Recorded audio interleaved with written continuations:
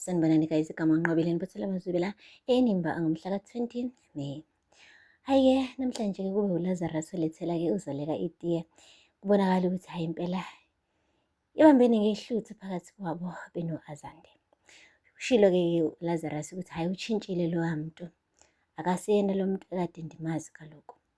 Beningazi uba u-Azande angathanda iphawa kangaka. Uyasola-ke nanokuthi uBilly William uyena lo influence-ke u-Azande ukuthi athi iphawa ayi-enwa iyantshontshwa. Ushilo-ke guys ukuthi bekade vele enje lo muntu lo, kusho uZoleka. Wathi ukuthi thina besingakamboni ama-true colours akhe kahle kahle vele lo u-Azande. Ngiyacabanga ukuthi uBilly William has nothing to do with this. But anyway, ubuzile ukuthi now what do we do? Wase washo-ke ukuthi hayi asimane nje sithi unamanga lo muntu vele ayikho i-video noma i-recorder ekhombisayo ukuthi uqhawe uyena wamdushela laphaya ephulini. Wamane wathi uLazarus, that's risky. Lo muntu uzosilwisa vele siyamazi u-manipulative. Wathi okay, noma mhlawumpe-ke simyeke nje akhulume iqiniso sibuke ukuthi kuzokwenzakalani. Wamane wathi uZoleka, umqhawekazi uzoboshwa. Wamane wathi okay kulungile-ke asimnikeze lento ayifunayo. Kusho uLazarus. Wathi oh, you mean interim position of i-CEO? Wathi yeah, let's give him. Wena uzohamba uye phesheya wenza umsebenzi wakho, and by the time ubuya sizobe sesineplan ukuthi how are you gonna get rid of him. Guys bavumelana. Namhlanje-ke le eKhosela Tech hayi bekade kugcwele nkosi yami. Kugcwele ngempela, kubonakala ukuthi le meeting ezobanjwa la i-serious ngempela. Hayi-ke bangenile Zoleka, Lazarus naye-ke u-Azande egodla ingalo yakhe guys ephukileyo. Uthe mefika laphaya bekade encumile ebusweni, kubonakala ukuthi ubhuti he is filled with pride ukuthi ngempela finally usesithola lesi sihlale kade esilangazelela. Hayi-ke guys, umane nje uZoleka wangaloke ethi uyimbuzi egudla igoma, like wathi nje you know what, I'm just gonna go straight to the point ngisho ukuthi what is this meeting about. Uthe mefika nje khona ukuthi guys, I'm not gonna waste any of your time. I'm just here to tell you ukuthi I'm leaving for 5 weeks. Ngiyaphesheya kunama-project amaningi kumele ngiwenze and angidinga ngingale hayi ngala. So ngiyahamba and ngidecide ukubeka u-Azande as an interim CEO. Kwathiwa nya, ngabona u-Onga eshintsha ebusweni same time. Qhawekazi was also shocked. Everybody was shocked guys. And then waphenduka wabheka le uZoleka. No, Lazarus did the same thing. Waphenduka wabheka le, like as a sign ukuthi we are doing this but we are not happy. Guys, Azande took over. Wathi ushaya ispeech nyana. Wathi guys, ndiyabulela ukuba sizosebenzisana mina nami, ngicela nje sihloniphane sifunde from each other kule journey. But into engizokutshela yona ukuthi I promise I am going to steer this company to the right direction. Steer to the right direction. Azande, that is hard to believe, but anyway, amazwi akhe-ke lawo guys awashile lapha eKhosela Tech before umhlangano uhlukana. Guys, akupheli-ke lapho. Uthe nje uZoleka benoLazarus beye ofisini labo, qhawekazi waqhamuka endiza njengesikhukhukazi.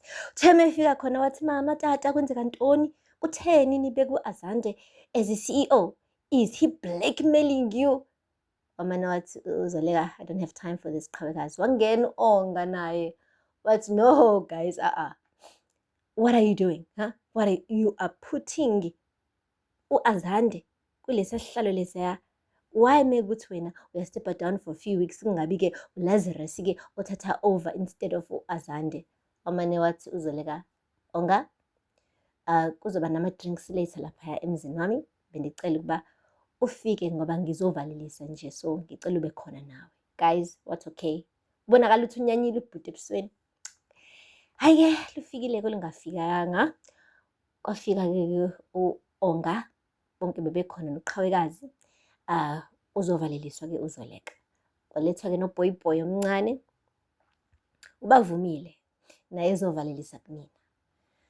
Kwaxoxwa-ke kwamnandi kanjeyaya until u-Azande decided to join them. Ube ukufika nje kwamane kwamuncu same time endlini. Wathi hi guys, bendithi nje andizovalelisa kuwe-ke Zoleka, engathi ungahamba kakuhle and ndizo-ashura futhi ukuthi ungakhathazeki, inkampani is in good hands. Wathi nya endlini, wathi no, I understand, mekufika mina nje umoya umane ushintshe yabo, so ngizonishiya nangampela. Wathatha igrebhisi elilodwa, ubhuti waphuma wahamba, leaving everybody else to continue enjoying the party. Guys, azande asazi uzoyiphatha kanjani leya nkampani. Wonke umuntu okamanje umbheke ngeso lokhozi because they know how he can be. Bayamazi manje. Qhawe knows him, Onga knows him, everybody knows he's dangerous. So asike sibone ukuthi ngampela, is he going to steer this company to the right direction as he said, or he's just gonna bring Bill William azothatha over, athathe yonke into ethi Khuseleteka Ncukwana Industries ayenze kube yakhe. Because if he is able to sell i-idea kaQhawe to Bill William, ucabanga ukuthi Khuseleteka angayenza njani neNcukwana Industries? Guys, sizohlala silinde sibone. Akupheli-ke lapho. Le kuMabandla, engathi impela amanzi angenile endlini futhi. Nangu Zethu guys, she's madly in love with cousin kaLikamva, uXolani. And Xolani naye, he feels the same way. So namhlanje bebehlele emotweni bedla amakota, bezama ukudecide ukuthi lento yabo bazoyibiza ngani, because iyihlazwenyana vele.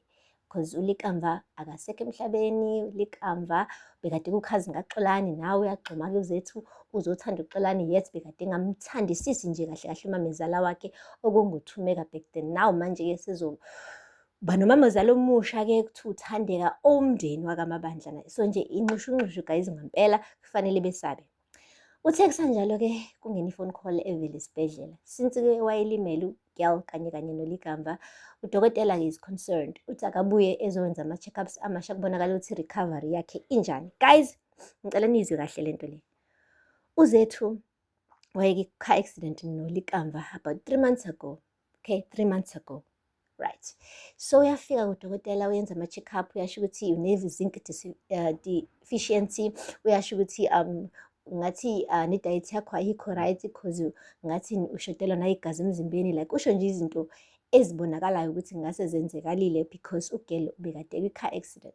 Anyway, usiyasho ukuthi you need to change your diet, ngizokubhalela-ke ukuthi kumele udle ini, I need to put you on vitamins, I need to put you on supplements, but qala kuzomele-ke ngikuthathe-ke umchamo, ngenza nama-test amanye, ngithole ukuthi awukho pregnant nani. Okay, ugele wathi no, there's no need for that because mina I was not having any sexual relations for a very long time now. Athi okay fine, umchamo yiwona ozokhuluma girl, so let me take your umchamo and test it. Guys, they tested the urine and they found out ukuthi ugele pregnant. Oh my God.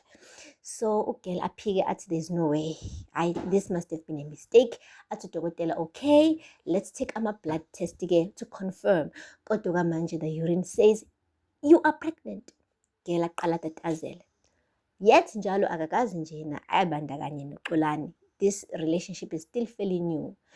And ugcine yena nje noLikamva about 3 months ago. Guys, anyway, kushuthi-ke bayithatha i-blood test okwamanje ama-results akakaphumi. Afike uXolani phela eklinikhi ngoba yabo supportive boyfriend.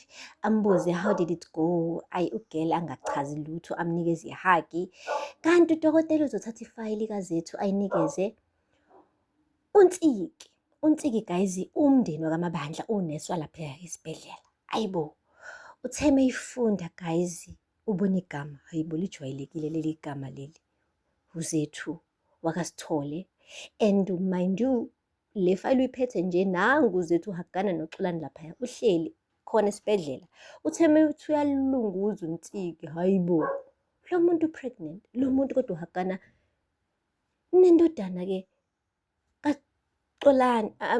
kaThulani benothandeka. Yet wayekade ex-girlfriend kaLikamva. So whose baby is this? Guys. So nje iyona-ke idrama-ke esikhona-ke kwamanje. Ingane kungenzeka ukuthi kaLikamva, which means mewukuthi uyathatha over uXolani usezoba-ke ubaba omusha walengane. ukuzoba right phela ngoba vele kufanele ukuthi uzokhulisa ingane kabhuti wakhe. So abasale sebeyivuma guys le relationship, it was meant to be. I think uLikamva is actually the one oforce uXolani ukuthi-ke amnakekele-ke uZethu ukuze phela ingane isale ingenayo ubaba yabo, so ingeke izikwazi ukuthi ingane ikhule without a father.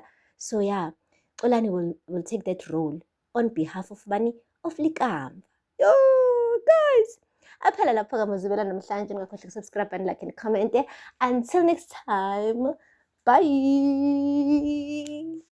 Sanibonani guys, igama ngiNqobeleni Buthela Mazwibela Enimba ngomhla ka-20 May. Hayi-ke namhlanje-ke kube uLazarus olethela-ke uZoleka itiye. Kubonakala ukuthi hayi impela ibambeni